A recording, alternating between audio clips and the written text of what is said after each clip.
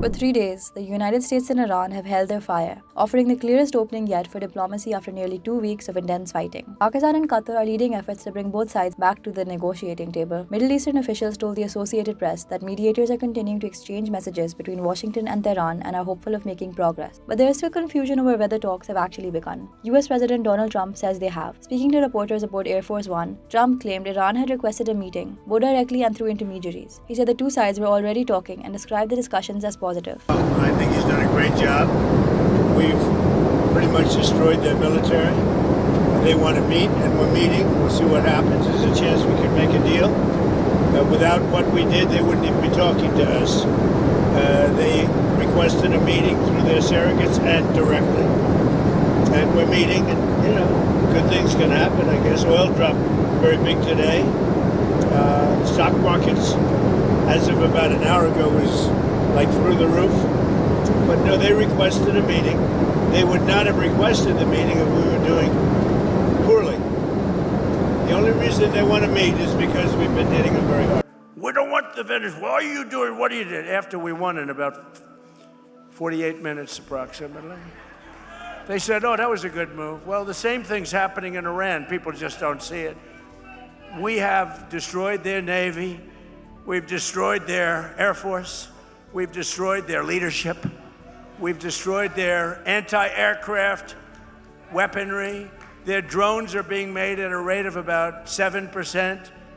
We destroyed most of their drone manufacturing capability, their missile manufacturing capability. And right now they're talking to us about making a deal. But if we didn't do it tough, there would be no talk. For 47 years, which is really 50 because people have been using 47 years for 3 years at least. But for 47 to 50 years, they have been talking, and all they do is tap everyone along. Iran, however, tells a different story. Its foreign ministry says Tehran has not asked to resume negotiations. It acknowledges that mediators are delivering messages from Washington, but insists there are no direct talks. طبیعی است که هیچ تفاهمی نمیتواند یک سویه اجرا بشه و متقابلا ما هم اجرای تعهداتمون رو متوقف کردیم.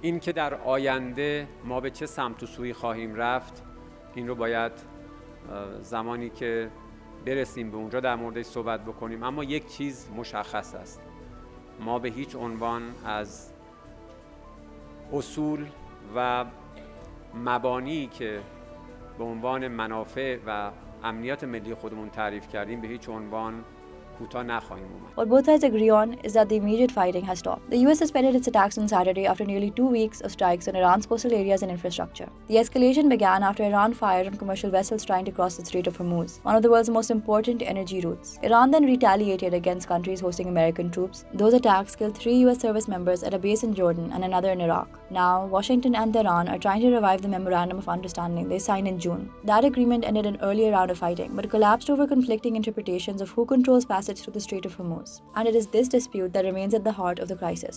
Iran wants ships to use a designated route closer to its coast. It has fired on vessels attempting to travel through a southern lane near Oman. Oman has proposed a compromise under which countries could make voluntary payments for passage through the strait. Iran says any payment must be compulsory. Tehran appears willing to discuss whether it should take the form of an entry fee, an exit fee, or a charge for maritime services. But Iran and Oman are still far apart on who would control the system and how it would work. The United States, meanwhile, is maintaining its naval blockade of Iran. US Central Command says it has redirected 17 commercial vessels, disabled 2, and boarded another 2 to enforce the blockade. Washington has also cancelled a waiver that had allowed Iranian oil sales. The disruption is already visible. Marine traffic recorded only 29 verified crossings through the Strait of Hormuz between 24th July and 26th. 21 vessels left the Gulf, while just 8 entered. That matters far beyond the region. A significant share of the world's oil and liquefied natural gas passes through this narrow waterway. Any prolonged disruption could raise energy and shipping costs worldwide. For Pakistan, the impact would be particularly serious. Higher oil prices would increase the import bill, place further pressure on the rupee, and feed into fuel, electricity, and transport costs. But while the US and Iran have stopped attacking each other directly, the wider region has not been calm. Saudi Arabia says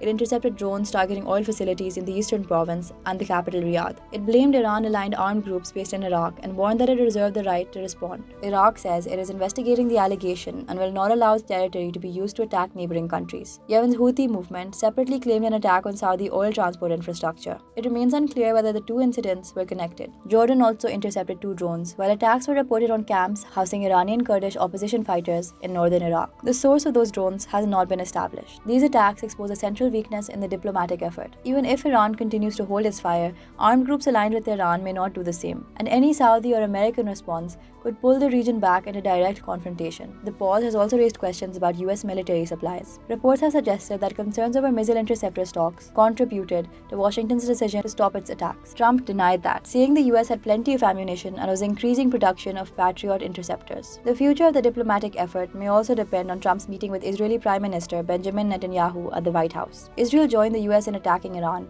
but was not part of the negotiations that produced the June agreement. Netanyahu faces pressure at home from politicians who oppose the deal and want military action against Iran to resume. Trump, on the other hand, has publicly expressed frustration with Netanyahu and suggested that the Israeli leader is not considering the wider regional consequences. The two leaders are also divided over possible US aircraft sales to Turkey, which Israel opposes. So after 3 days without direct US-Iran talks, mediators finally have some room to work. But the underlying disputes remain unresolved. There are still no confirmed negotiations. Shipping through Hormuz remains severely restricted, and drone attacks are continuing across the region. This may be the beginning of a diplomatic opening. For now, however, it remains a pause in the war, not a path out of it.